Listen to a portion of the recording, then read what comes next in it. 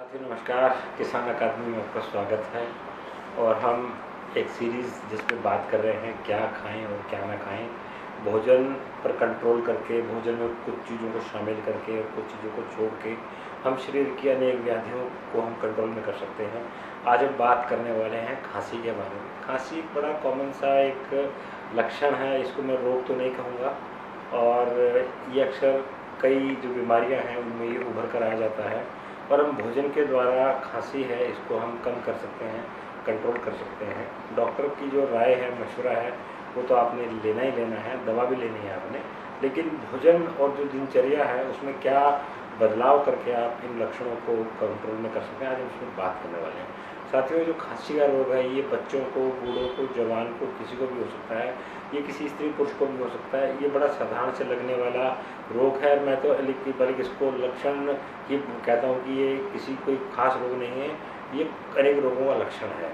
अब ये सर्दी हो, जुकाम हो, निमोनिया हो, तपेदिक हो, दमा हो, ब्रोंकाइटिस, प्लूरिस, कुकर खांसी, जिगर की खराबी, इन सब के अंदर एक खांसी के जैसे लक्षण निकल के आते हैं। और ये दो तरह की होती है, सूखी खांसी और गीली खांसी, इसको हम तर खांसी बोलते हैं। उन कारणों की यदि हम बात करें साथियों, इसमें मुख्य जो कारण है वो गले और फेफड़े का जो भीतरी भाग है उसके अंदर सूजन होती है। फेफड़ों में छोटी छोटी नलिकाएं हैं, उनमें उत्तेजना होती है। उत्तेजना से जो पैदा होती है उसमें फिर जो कीटाणु, धूल का संक्रमण और धुएं के कारण जो एलर्जी है, उससे खांसी जैसे जो सिम्टम वो निकल के आ जाते हैं। इस रोग में सीने में जो जकड़न महसूस होती है, सूखी खांसी से बलगम नहीं निकलती है, और जो तर खांसी में ज़्यादा बलगम निकलती है और लक्षण दिखाई देते हैं।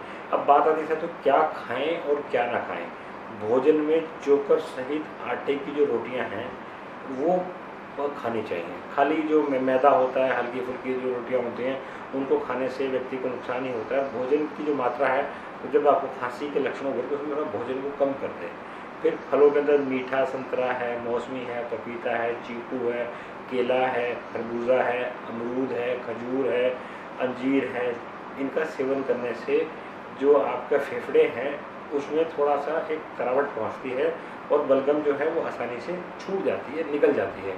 अब बकरी का दूध यदि मिल जाए उसको गुनगुना करके पिया जा सकता है, और जो चाय, कॉफ़ी, गर्म जल में थोड़ा ग्लूकोज मिला लें, उसको भी पीने से काफ़ी राहत मिलती है। और सब्जियों की यदि बात करते हैं तो हरी जो सब्जियां हैं, बथुआ, मकोई, मूली, मेथी, मिश्री, इन सब का हम इस्तेमाल कर सकते हैं।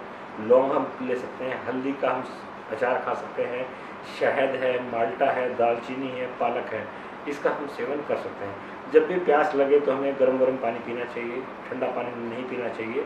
ठंडा पानी जो वो गले को जकड़ लेता है। और दिन भर में 2-3 लीटर गुनगुना पानी थोड़ा थोड़ा करके हमें पीते रहना चाहिए। मुलठी, दालचीनी, लौंग, हल्दी, मिश्री, छोटी इलायची, इसको चूस सकते हैं, इससे भी बहुत फ़ायदा होता है। अब बात करते हैं तो क्या ना खाएं, ये इस पर बात करना बहुत ज़रूरी है।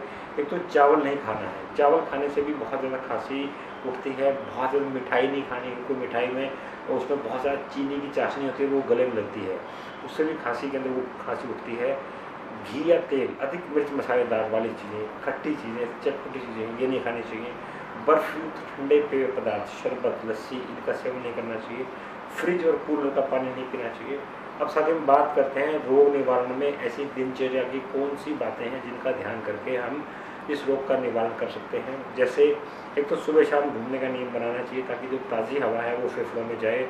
शरीर में प्राणवायु जब जाती है तो शरीर एक नेचुरल रूप से वो शरीर में फ़ायदा करती है, और जो शरीर है वो बहुत अच्छा होने की तरफ आ जाता है।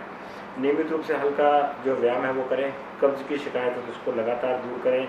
ऋतु के अनुकूल कपड़े पहने, सर्दियों में गर्म कपड़े पहने, सर्दियों और गर्मियों में आप सूती कपड़े पहने। रात को सोते समय जो गुनगुना पानी है इसमें शहद मिलाकर घूट घूट करके पी सकते हैं। अब क्या ना करें, एक तो नंगे बदन या कम कपड़ों में मत घूमें, शरीर को पानी में नहीं भीगने दें। नहाने के लिए बहुत ठंडा पानी इसका प्रयोग ना करें। खिड़की दरवाजे बंद करके हीटर चला कर ना सोएं। भीड़ भाड़, गंदे धुएं वाले वातावरण में ना जाएं। एकाएक गर्मी और एकाएक सर्दी, इसका बहुत ध्यान रखें कि जब गाड़ी में एसी चला के जा रहे हैं, बाहर गर्मी होगी तो उसमें एकदम से ना जाएं। एसी वाले कमरे से बाहर निकले तो एकदम से धूप में ना जाएं।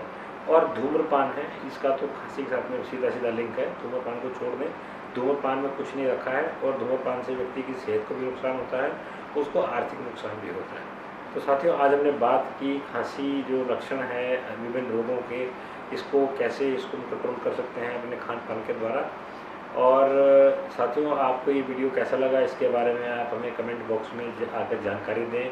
आपको किसी विषय पे कुछ जानकारी चाहिए आप हमें बताएं, हम उस पर शोध करके आपके लिए वीडियो प्रस्तुत करेंगे। हमारे फेसबुक पेज तो है facebook.com/किसान अकादमी, उस पर भी जुड़ के आप हमें वहाँ पे चल रहे विमर्श में शामिल हो सकते हैं। और मैं आशा करता हूँ साथियों आप हमसे आगे जुड़े रहेंगे। धन्यवाद।